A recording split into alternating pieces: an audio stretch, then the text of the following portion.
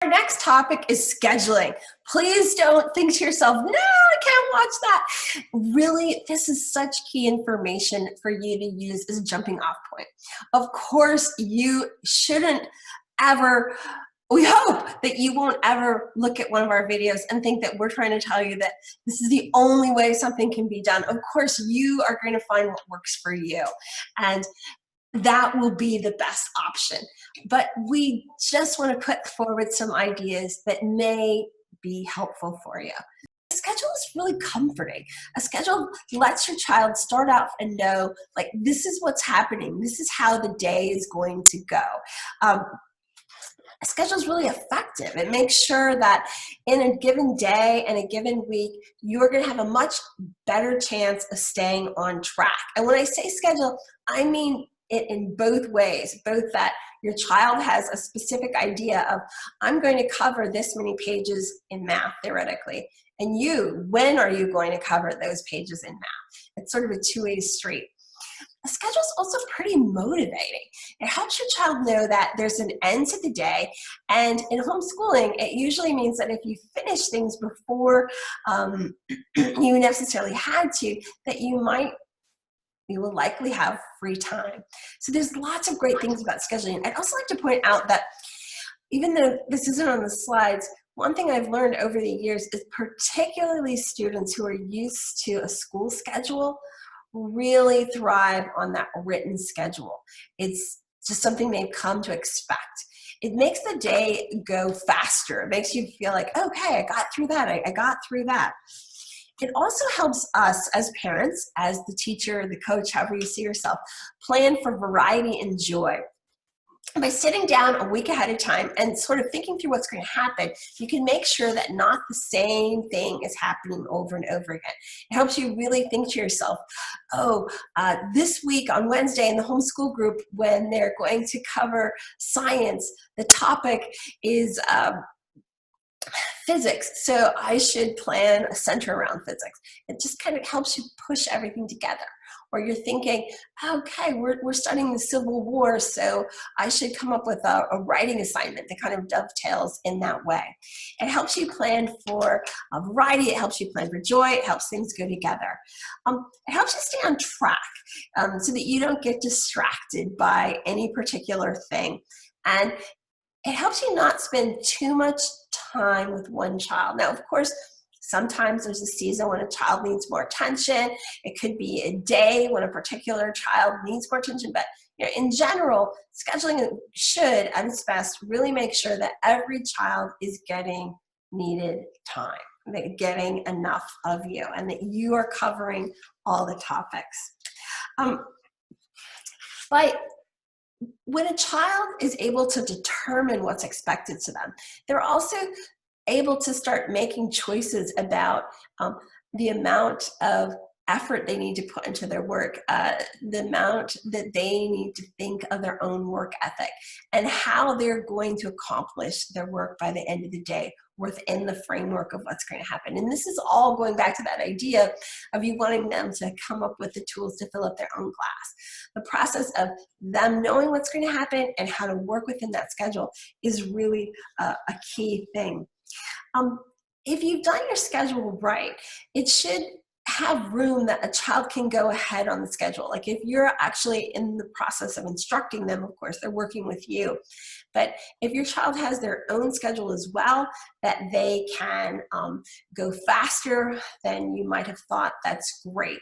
And one thing that's I think is really important is in your child's schedule to have it figured out in such a way that they have their own schedule, whether it's on the board or, again, I've said this before, I know, but my children all had their own little notebooks that they had a list of what was going to be due that day. How many pages in this, how many pages of that. It also cuts down on you having to constantly be giving that information out. So if that's in there, not only does it help your child to learn those skills of going ahead and working on their own, but it's also freeing up for you because you can then really be focusing on a different child or a different group of children while that child can independently work ahead. if you put something every day on the schedule that your child can do completely by themselves without you, it has double value. So whether you're going to pick centers or you're going to have a workbook that you think is valuable but your child doesn't need help on, it's really nice to have something in there that in the day the child can choose, oh, this is very easy, this is low effort, or this is really enjoyable for me. But also, if you are needed somewhere else, they always have something that they can do while they're waiting till it's their turn for you to ask the questions that they want to ask. Also, schedule helps parents and their children, their students, to have a clear end and stop. It makes it really, everyone knows when it ends. It doesn't just keep going and going and going. And that's a really great feeling. There's so many types of schedules. There's endless types of schedules, but I like to kind of divide them into three basic categories for the purpose of us just kind of just generally thinking about it. So there's schedules that are open-ended and they just kind of flow through the day. If you have this kind of schedule, maybe you just have a list. You know, we're going to do this, we're going to do this. At the end of this actual video, I have specific schedules that you can look at that go through time periods. Other schedules are going to be very time specific. We start at this time of day. We're going to be doing this topic for this amount of time, unless it gets done earlier. And modified. A lot of schedules are modified where you take pieces of both of those and put them together for your sort of ideal homeschooling experience. Different schedules are going to work better for different times. You're obviously going to want more time in a day for a sort of recess or open play situation for a younger child than for an older child. A child who doesn't have trouble paying attention is going to possibly have a much different schedule than a child who has learning issues or is learning the English language or has a myriad of other possible options. Might have a really different schedule. So part of the beauty of homeschooling is you figuring out through trial and error, or hopefully the schedules I'm going to show you at the end of this video will help you think through, like, how could I structure my day? In homeschooling, this is always sort of hard for people who haven't homeschooled, but one thing that's often done with topics like history and science, it really could be a variety of topics, is that you group children together. So if you have a fair number of children, it could be that you're going to teach certain topics together. And this makes it so that you can have a higher quality experience for each one.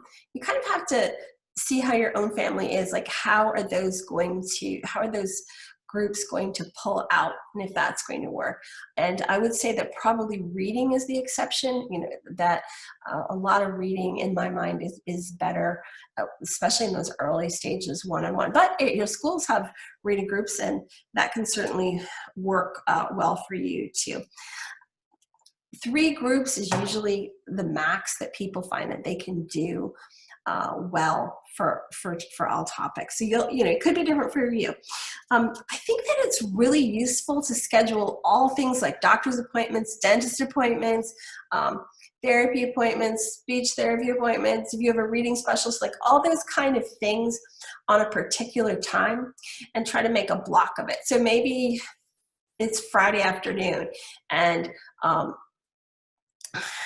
or maybe your older kids go to homeschool program, and then at the same time you have that time to fit it in. But whatever it is, try to avoid having it that every day could have some unforeseen interruption. It's different if you've scheduled that and you've worked that in, but if possible, try to think whenever you can about block scheduling so that you don't end up eating into your time. Almost all homeschool students now, and I want to say in the country, I'm sure there's still a homeschooler somewhere that doesn't go to a homeschool program or take outside classes, but I haven't met them. Sort of the stereotype that all homeschoolers are just sitting at home and there's nothing else happening is just completely not true. Again, I just really don't even know anybody who could say that. So when you're planning your homeschooling, one of the things that's really hard is to not leave the house. I mean, not leaving the house is not the problem. The problem is leaving the house too often because there's now so much to do. And this has really changed in the last 20 years. I would say the first 5 years I was homeschooling, I felt like everything I was planning, talking to people, whether it was the tennis club about having homeschoolers come in and do tennis lessons and a tennis club during school hours, to talking to colleges about science classes that we could do there and use all of their equipment. I mean, everything was just, it was just completely unheard of. It was so bizarre. Everything had to be created from scratch. So not like that now. There's so many competing voices. There's so many different homeschool groups. There's so many businesses that want to bring homeschoolers in during the hours. And so the challenge is completely different now. The challenge is actually to not sign up for too much extracurricular activity unless you're getting in those key things.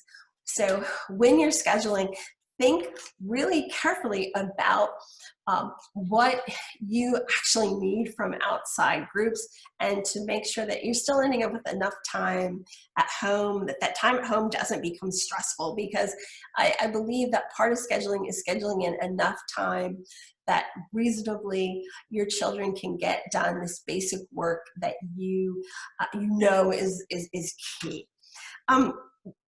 Most homeschoolers, by the time they're in high school, are taking a fair amount or maybe even all of their classes outside of the homeschool. Now, they're still considered to be homeschooling because they're not in what we think of as a traditional school. But, in those years, your job as the coach mentor will really shift. And so considering how much they're doing outside, it could be that your schedule is even, I'm going to be available to you these 3 times a day for half an hour to edit your paper, to help you understand anything that you might need help with, or help you find it, or just to be someone, a sounding board. I'm going to listen to your debate and debate back, whatever it is. So your schedule shifts as what your children need from you shifts. And also, part of that scheduling is figuring out how to make it that what you're doing with your younger kids and what you're doing with your older kids works. So for example, if you know that your older children, and this is just an example from my own life, are going to be at the college, and you're going to go drop your older kids off at the college for 2 hours, you might decide that that's the time every week that you take your middle and younger kids to the library to fill up their suitcases with, my kids all had the rolling suitcases that we go to the library, they could just pick whatever they wanted and put it in there and roll it out. Or if you know that your children are going to be at choir at night, in the evening, maybe that's a time that you plan. You're always going to take your youngest children to the park, whatever. But you're just thinking through how you can work through these different situations. I let my children make their own schedules starting when they were in high school, partly because they were taking a number of outside classes. And basically, I asked them to schedule me in. So the rules kind of changed, where I would say in the morning from 7 to 9, that's when we'll do our homeschooling with you specifically, or whatever it is. And then you start practicing your own schedule. This is a great bridge to college. Maybe the 9th grade year, I would look at their schedules and make comments like, oh, do you think that's enough time for biology? Or, after your biology lab, I don't think you can really, whatever it is. It's really great to consider letting them do that. So another thing is scheduling and all of these activities that we've just been talking about. So the more children you have, the more of a challenge it is to make sure that in those after hours, everybody is still getting the best that they could get. So this is a piece to consider. You could be running everywhere every night and still homeschooling, and maybe that still gives you the quality of family time that you want, and lots of homeschoolers do that. And if you have time and that's what you want to do, maybe that's the best choice for you. But when I had a lot of children, I still have a lot of children, but when I had a lot of children homeschooling, the way I did it is the way lots of homeschoolers do. And that's by having everybody do a couple basic activities. So for example, my oldest 6 children all did Suzuki strings. So luckily for me, in Kalamazoo, Michigan, there was a fantastic Suzuki program. It met in a large church, and you could go to one place and you could get, cello classes, violin classes, viola classes, bass, whatever it was that you wanted. And so you could go there and they could all take their lessons, they could all take their group lessons, and then on the same night we could eat and they could go do their orchestra. So that's a really slick situation, right? When you can actually get lots of activity all in the same piece. Got harder when I moved to New York. But if you look for things like that, it really makes a difference between running. Another example is my children did karate for, I don't know, like 8 years or something. And so it turned out that the karate dojo was a very good karate dojo, and it was big enough that they could all go, and at different ages they could get their class in for just in an hour. So in a quick hour, I can drop them off, I can go to the grocery store, I can come back, everybody's had exercise, and it's a very small commitment of time for me. So when you're making this planning, remember that you're going to be really busy too. And so by doing this block scheduling, you might find it can really make a difference in what you can do. There's other things that are just like this. For a season, I think for 2 years, my kids all were crazy about rock climbing. So it turned out there was a huge rock climbing complex that they could go and they could all take classes with. There's a lot of different things. For you, maybe you're going to go to a soccer program. But if you're homeschooling, or maybe if you're not homeschooling, just consider block scheduling to make it a little bit easier on yourself. Renee, how about you? You did it a little differently, and certainly some families instead will ask each child to pick out a couple activities for a year. What do you think? So we did some things similar to you, Helen, and some things different. With our scheduling, I would agree that at different stages of homeschooling, we had different types of schedules, some open-ended, some very specific time schedules, and those evolved and those were flexible over the years and the stages for where our children were at and are at currently. And when we're thinking about scheduling in all of these activities, one of the things as a homeschooler I found difficult is saying no, because you really want to do all of these activities. And like Helen said, there are so many places, so many gyms and art programs and music programs that cater to homeschoolers.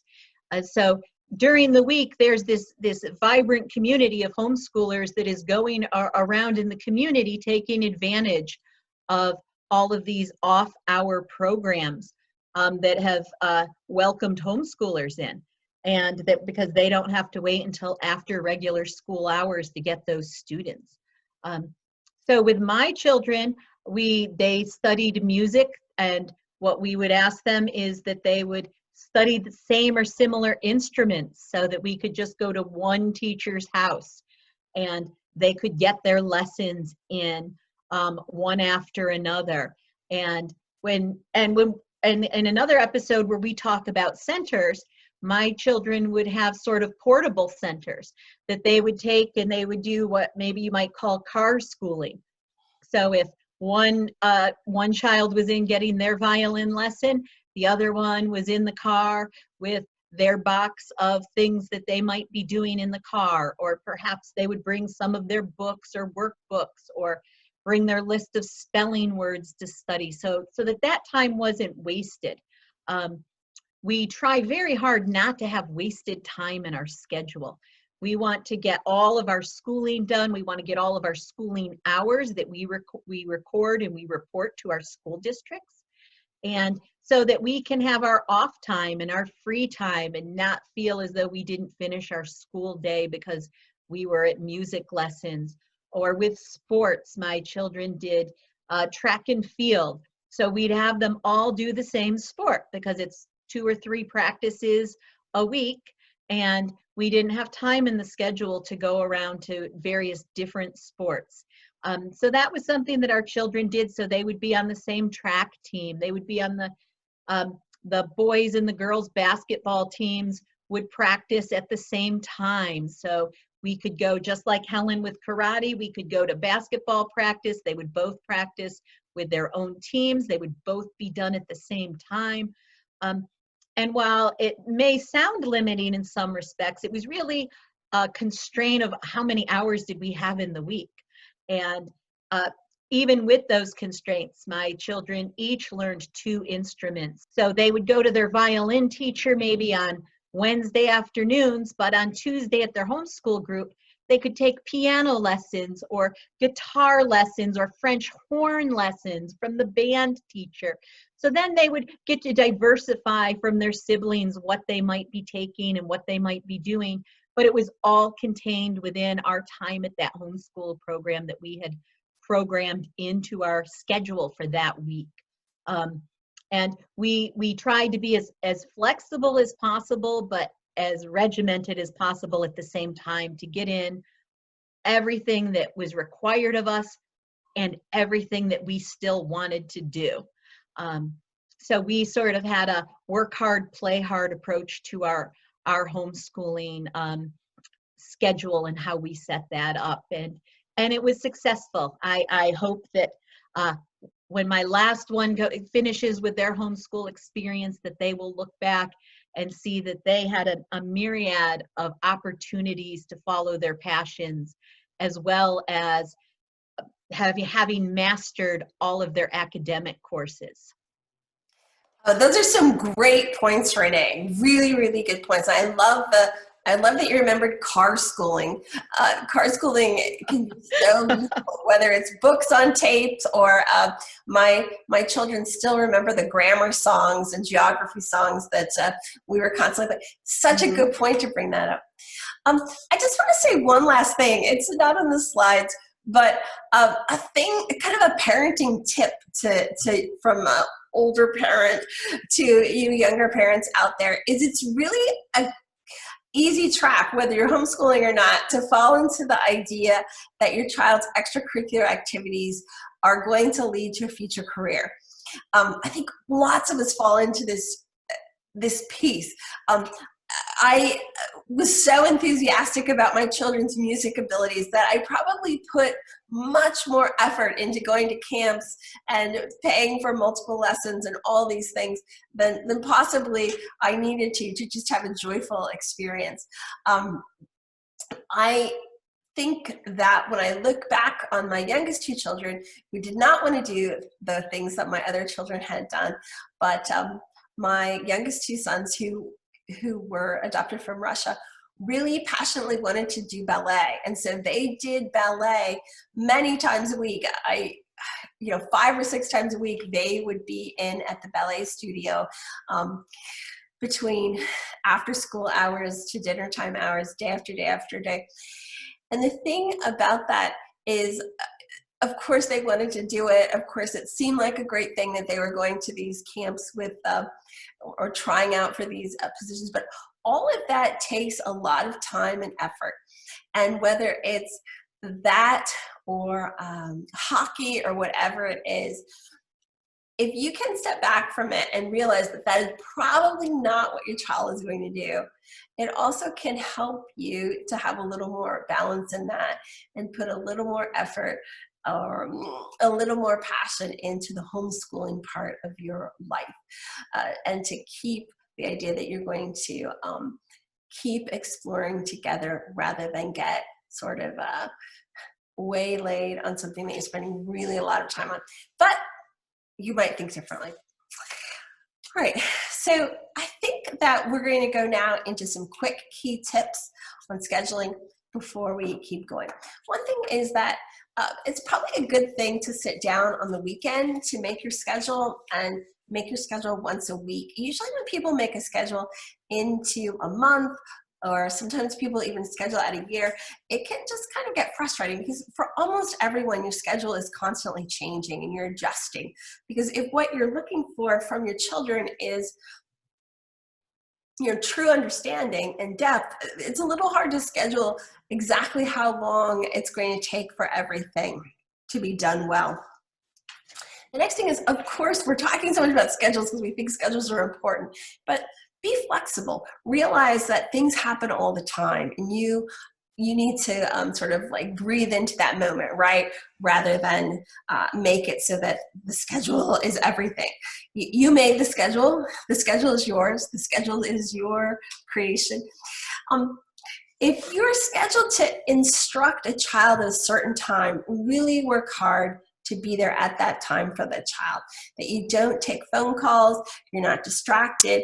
That's the time that that child is counting on for you, with you. And I talk about this in other sessions, but that's a really important thing. It also is really key to show your child that part of team, your team, right? And you're playing the long game. And part of that is they are so important. Their education is so important to you that when it's their special time, that is the most important thing, right? So try to treat it like that if you possibly can.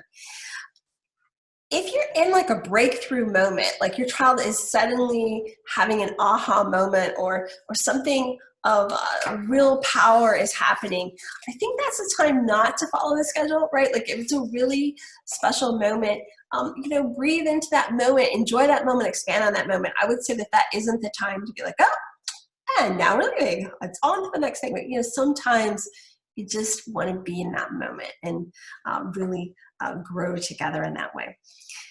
Take time to schedule in joy, right? We talked about this before, but you want variety, but you also want joy. Joy might be a lot of different things.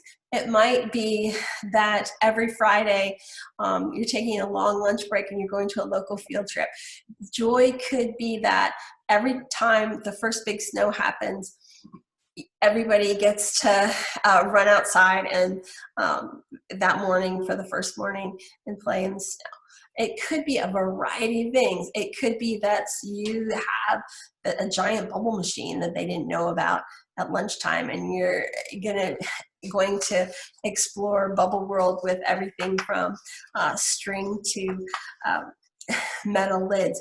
The thing is that whether it's a concert that you didn't tell them about that you're going to go to, or it's just a moment where you are going to tell them funny stories, like whatever it is, try to schedule in joy. Try to schedule in variety. Try to schedule in those moments that make this experience all that it can be. Again, if your schedule isn't working for the day, something went wrong, there's your mother gave you a surprise visit, like whatever it happens that the schedule is off, just stay calm, pick up where you can, and calmly keep going as much as possible. And if you can't, for whatever, like something has happened, you can't keep going on the day, you've got your educational backup plan, you've got your centers, you can still have the day, have parts of it, even if the whole thing doesn't go like you thought it was going to go. Again, remember, you made the schedule, it's your schedule, you're the one who can remake the schedule, right? When you're with your child, even though it's really tempting to think like, we're going to get through this many pages of math today. We were going to get through this page of semicolons versus colon, whatever it is. Remember that the key thing isn't that you got these many pages done, even though that's your schedule. And that's what you hope is going to happen. But if it turns out that your child really doesn't understand it, it doesn't make sense to keep going on farther and farther in the book, right? If you see that your child has done a whole page that they don't understand, the thing is to do that page over, right? Not be obsessed with the schedule of when you're going to finish a book. You've always got the summer. If your child really needs a lot of time on punctuation, you can just keep doing that book into the summer for a couple weeks if you had to. It's way better to really understand the thing. If it seems like you're kind of stuck with your child, that I cover this more in a different section, but think of ways that you can help them. If it seems that your explanation isn't enough, look at manipulatives, look at different ways that you could explain this. Look at if you know somebody else who can come in and explain it. Try to find different videos. You might even have to get an expert, but find all the different ways to make sure that your child has that depth of understanding that they need to keep building. Very few things don't build. It's really important to understand this part before you keep going to the next part. Don't get trapped in that notion that we're doing this many pages this day, we're doing this many pages this day, we're doing this many pages this day. When you've decided how you're going to do your schedule, whether it's on the board or in a little notebook, I want to really encourage you to make a situation where your child gets to cross out each thing they finish through the day. This is really empowering, and hopefully there's some choices in it. There's some situations during the time that they're doing independent work where they can pick what they do first, what they do later, because again, you're always building towards that idea that your child is learning to fill their own class, right? So as many choices as they can get in figuring out how their day is going to go and how they're going to accomplish these tasks, the better. It's, again, comforting to them to know what's happening for their day. It's motivating, and it just really helps to know where they're at and that they've completed the day. Renee, what do you think? I really liked the points about that time that you have with your children that they know is scheduled in for them specifically, to really stick to that, because they really depend on that. They really look forward to that. And I can give you some personal examples.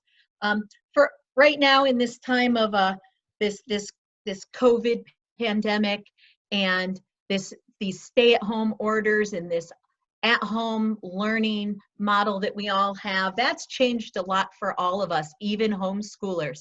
We just talked about all of the activities homeschoolers are out and about doing during their week. So we're experiencing some of the same disappointments and losses as our friends at private school and our friends at public school and our friends who've had these other models of learning. And so we've had to reset and readjust our schedules. And I know for our family, we're at the consortium all day on Tuesday and all day on Thursday. And my 5 younger children, they take classes all day long while they're there. In addition to that, I teach classes all day long when we're at consortium. So we've moved that program online, as many other schools have done. And I am teaching all day on Tuesdays and Thursdays. So my boys don't have that sort of readily availableness, that availability that I typically would give them on a regular school day. So we've talked in other installments of this series about centers. So my boys may set up 2 or 3 centers while they're sitting at the table with me and I'm doing an online course. What is really important for me to remember, this is sort of my job, that I have this responsibility to teach online to these other students, as many of you out there who've had to move and work at home during this time, and you're working at home and you're trying to teach your children at home. my boys really look forward to when they're done with those centers and when I'm done with a class after 45 minutes or an hour or 90 minutes, that they get those moments from me, that I look over what they've done, what they've accomplished, what they've checked off their list. They want to show me that they finished a lesson or 2 lessons, or that they completed an art project. And it's very important to them that they get that focus and that positive reinforcement from me, and that acknowledgement that they've been doing good work. Our country's in crisis and our children are at home and they've learned this new schedule, and it's, if I were not to stick with that schedule or to acknowledge what they've been doing, it would be a source of frustration to them. So when you have those focus times, you really want to focus on your children, even if you are working from home right now and your time is divided, and your children are suffering those disappointments and wondering what's going to happen and go back to school, or go back to their regular activities. For you to have that schedule that they can look to and rely on and know what their day is going to look like. And on the other end of that, one thing I found in my family, now that we have this extra time at home, we want to make sure that we don't fall into a pattern of ignoring a schedule and wasting our time. And that can happen to any of us. Maybe we want to watch another movie. Maybe we want to play outside an extra 1, 2, 3, 4 hours. Maybe a sibling is home from college, and this is a special treat for the younger children in your home. And for my boys, they look forward at the end of their school day that they can go play outside with their brother and sister and play soccer for a couple hours, or tag, or whatever they're doing when they're running around outside screaming and having a good time. You want to make sure that you schedule time in for that, but that you also don't let your schedule go to the wayside and you find that you're becoming lax in your school or the goals that you want to accomplish. I think it's important to remember that. These are really good points, Renee. I always love your points. Renee is such an effective homeschooler. Okay, so now I'm going to just give you some ideas about really different schedules before I go into showing you exact schedules and how they can look, okay? So for example, you'll see here in this slide 5 possible schedules, which really has 6 possible schedules, I'm sorry. So one thing that people do a lot, especially when their children are younger, but it can work at other ages too, is the flow-through schedule. This is an idea where you're going to have a schedule where you just have a big chunk of time with some general ideas of what's going to happen during that time. You're just going to flow from one thing to the other kind of naturally, but you can take within that schedule a really big long break. So whether you decide that you have children that are really motivated and you're going to put pretty much everything all together so that you have a very short day, or what I did with my children, and I personally have a strong preference for, is that there's a very long break in the middle of the day, like a 3-hour break in the middle of the day, where you can go on a local field trip. You can take a really long break for your children to play. And when we get to that, I'll show you how that is. The advantage of those schedules with these really long breaks is they're great for parents who work from home, as well as parents who have many children. So those long breaks provide someone with the depth of effort that they may need to really work on projects for their work, or they may be teaching other places, or to provide younger children with quality attention as well. You might have a flow-through list with a teenager who knows that they have a variety of classes, other places, or they're even in college, where they're just, again, they're looking at mostly a flow-through list, like I'm going to do this, I'm going to do this. But there's also a number of ways to schedule a day. Some really common ways are 60 minutes working, or even 90 minutes working, and a 30-minute break. Those are ways that a lot of people will schedule their day, because a lot of kids will do better with more shorter breaks than that one big break. You'll have to play with it, with your situation, and see how it goes. I don't know that I developed this, but I don't know of anybody that did this before I started doing it. And this is what I call the 30-30. And this is for a child that really needs constant supervision, or they need a lot of really one-on-one work to finish the day well, or where there's just not a lot that they can do by themselves. So if this is the situation that you find yourself in, also works really well for children who have some form of attention issues. You've got 30 minutes of really intensive schooling where you are with the child constantly, and 30-minute breaks. It's just going 30, 30, 30. You can also do a modified 30-30, which is what I'll be showing you later. Some schedules are self-directed, where the person is making it themselves. We talked about that.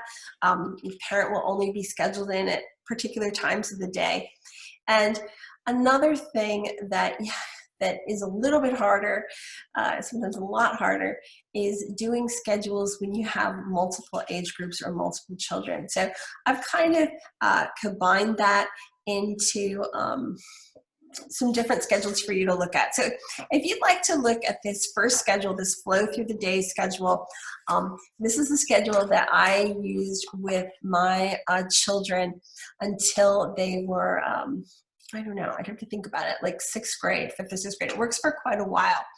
And so this is a particular schedule that works really well, like I talked to you about, if you have other children or you have to work. So in my case, I had a newly adopted toddler who really needed special attention, and I wanted to give her special attention. Certainly there are people who don't homeschool in this way, and the toddler is playing around, or the baby is being held. There's lots of ways to do it. This is just a way that I did it for my particular situation. So in this situation, my 4 older children would get up and they'd eat pretty quickly, and at 7 o'clock, the baby is sleeping.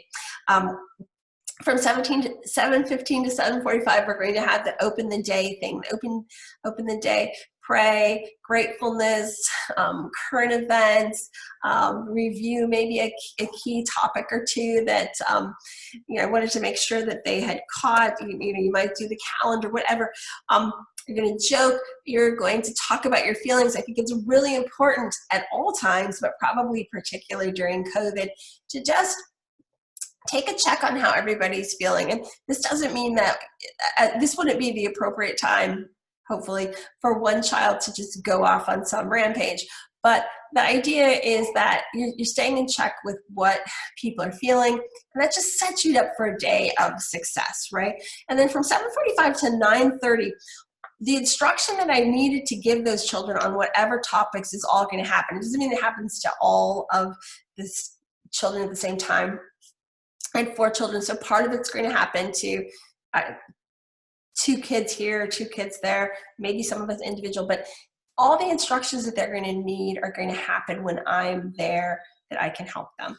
So at 9:30, my toddler would wake up, and so we would take a short break. They would get a snack, say, hello for the baby, and then they would go and start working independently. The 4 older children would go work independently, and I would have time specifically with the younger child. Again, this is time that you could use for work or whatever. After that, we would take a really long break. And again, this provides time that you could, it really lets that younger child have the experience, a high quality experience. So whether you're going to the park, you're playing in the sand, you're taking a family bike ride, you're going on a local field trip to see the newspaper or the power plant or the science center, whatever it is, a pretty significant amount of time will happen. Or in my children's case, it was building endless forts. So here's some pictures of their endless forts that they very much enjoyed building. And they liked having that long period of time where they could make these extravagant creations. It doesn't mean that this is a schedule for your family, but this was a schedule that my children loved. They loved having this big chunk of time. Then from 2 to 3:30, the baby would take a nap, and I am again back focusing on them. So this would be the time that they did read aloud, they did centers. As they got older, it could be a different thing. Then the baby wakes up and they're going to do their extracurricular activities. We're going to have family time and practice.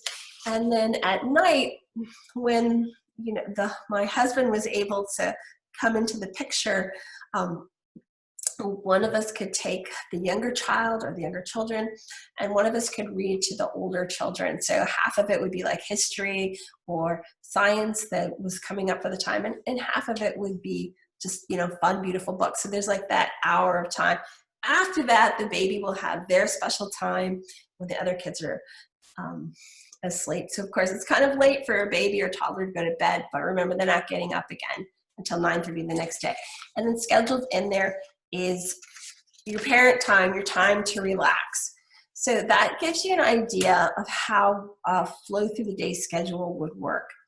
The next two schedules I have here are schedules for a teenager. These are schedules that I actually found my daughter's 11th grade schedule. And so just at a glance, it shows you that she's now scheduling herself in. She knows that the time that she's going to work with me is from 7:30 to 9. So whatever it is I'm still doing with her, that's going to happen then before I'm going to be working with the other children. And you can see that by the time kids are in high school for homeschooling, they're almost always taking a lot of classes other places. So the parent's role changes. The next schedule that I wanted to show you is the 30-30 schedule. So it would probably take a really long time to go completely through this, but if you look through here, you can see that throughout the day, for the most part, the child is scheduled really carefully in a situation where there's 30 minutes of really specific work. I mean, it's even broken down into 5 minutes, 5 minutes, 5 minutes in certain cases. And the big picture is that for a half hour, I'm there with that child. And in my case, it was two children. Two children were on this schedule. And the key thing is to make sure that I've really got that half hour tight, because I know that they've got about that long to give me for their attention. So you can see that, for example, for math, it's 5 minutes. I'm going to review the current math, main facts that they're doing, the main piece that they're working on. Then they're going to take time tests. My kids all took math time tests for about 5 years of their life, because I wanted to make sure they really had everything from the small to the much more complicated formulas down. Then they're going to review, or I'm going to present the new math topic. This is really tight. I've thought about ahead of time how I'm going to present it to them so that they can really hear me for that amount of time. Then for 10 minutes, they're going to explore the new concept with math manipulatives. They're going to have time to ask questions, and then they're going outside for a half hour. So this gives you an idea of how it's going back and forth, back and forth, back and forth. And it works. It may seem really counterintuitive that these constant breaks are going to make it so that your child can't get back on task. If that happens to you, this wouldn't work. But what I found quickly is, once my kids knew, these two students who really needed the 30-30 break, that yeah, we have to come back in, but we're going to be right back out very soon. It became really easy to motivate them. You're coming in, you're coming out. Also, you can see that in this schedule, there's a long period of time in the afternoon where they do have independent activities and they're not going outside. Their break is breaks that are inside. This is because I'm scheduled this so that I can work with my older children for a long period of time. So scheduled into the afternoon are pretty long periods of time where they're going to do things either with other people, like they're going to call relatives on the phone to do some of their reading. The relatives have the book, like I sent the relatives the books for the month, and they're going to read aloud with the relatives. They're going to have a half hour to do a science video or a history video on whatever it is that they need to do, because I know they're very visual, and so that's a way to get specific information into them. They're going to do centers, they're going to do whatever it is that they're going to do. They're going to have on the 30-30 schedule, this kind of child, their independent work is all stuff that is accessible and engaging to them. It's stuff that they're going to want to do, versus most kids or many kids, when they were doing their independent work, it could be on all topics. So the 30-30 schedule is specific for a particular kind of child. I'm not saying that this is the schedule that you are going to do. I'm not imagining that, but what I am trying to show you with these different schedules is that for a different situation, a schedule could look really differently. It could be that you have many short breaks. It could be that you have basically one super long break. It could be that your child is just scheduling you in for a period of time. And I'm hoping that when you look at these schedules, it does allow you to think about how your day could look and what would be most likely to work for you. A good schedule, a good plan really makes the difference. I know it just seems so boring, and it probably just seems like, what? How could this really be the difference? But it is. It really makes a difference when you think through what it is and how you could best accomplish everybody's needs in one day. Renee, what do you think? Schedule, schedule, schedule. I know for myself, one of the number one questions I get when counseling new homeschoolers is, how do you set up your schedule? Can you send me a copy of your schedule? What are your priorities on your schedule? How do you stick to your schedule? There are always questions about how you schedule your day. How do you schedule your week? How do you fit it all in? So that's why we've given so many specific tips, specific models and examples. But one thing we also want to keep re-emphasizing is that you as the homeschooling parent, you as the coach for your child, have that flexibility to design a schedule that meets all of your priorities as a family, as a homeschooler. You need to do what works for every member of your family, and not ignoring the younger ones to emphasize the work with the older ones, or not ignoring the older ones because you're always working with those younger ones. But find a schedule that strikes that balance where everyone's getting their needs met. You'll see, you could talk to a few dozen different homeschoolers and you would see some similarities in their models, but you would also see a lot of differences. Homeschoolers, there's a lot of variety between different homeschooling families and what works for them. And as homeschoolers, when you're watching this whole series and we're talking about specifics of scheduling, keep in mind as homeschoolers, we respect and we appreciate all learning and teaching styles, and whether you've come from a public school background or a private school background, or you're a brand new homeschooler that's just trying to develop their approach to scheduling, you need to develop what works for you. And these are some suggestions that have worked for us and have worked for other families. When we talk about joy, and we talk about joy in homeschooling a lot in this series, that's not a gimmick. We really believe that we want to have a homeschool that is filled with joy and filled with passion for learning. And if you can tweak and revise your schedule, that your children at the end of the day maintain their passion for learning, and when they start their day, they're looking forward to those things on their schedule that they want to learn, that they want to explore, with you, that they want that affirmation from you that they've checked off. They want to show you their list of all of the things they've checked off that day. A schedule is a tool that helps you maintain that that joy, because everyone knows what's going on and what to expect and what the priorities are. Thanks, Renee. That's exactly true. So whatever your situation is, I know that it will take a little more time, but finding the right schedule will really help make things go well and make things go smoothly. And I agree with Renee completely. The big thing is the joy of it.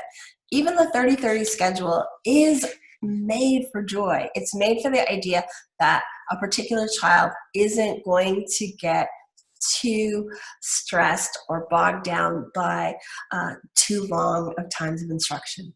I hope that you have found this particular section really helpful, and I hope to see you back again for our next segment. Thank you.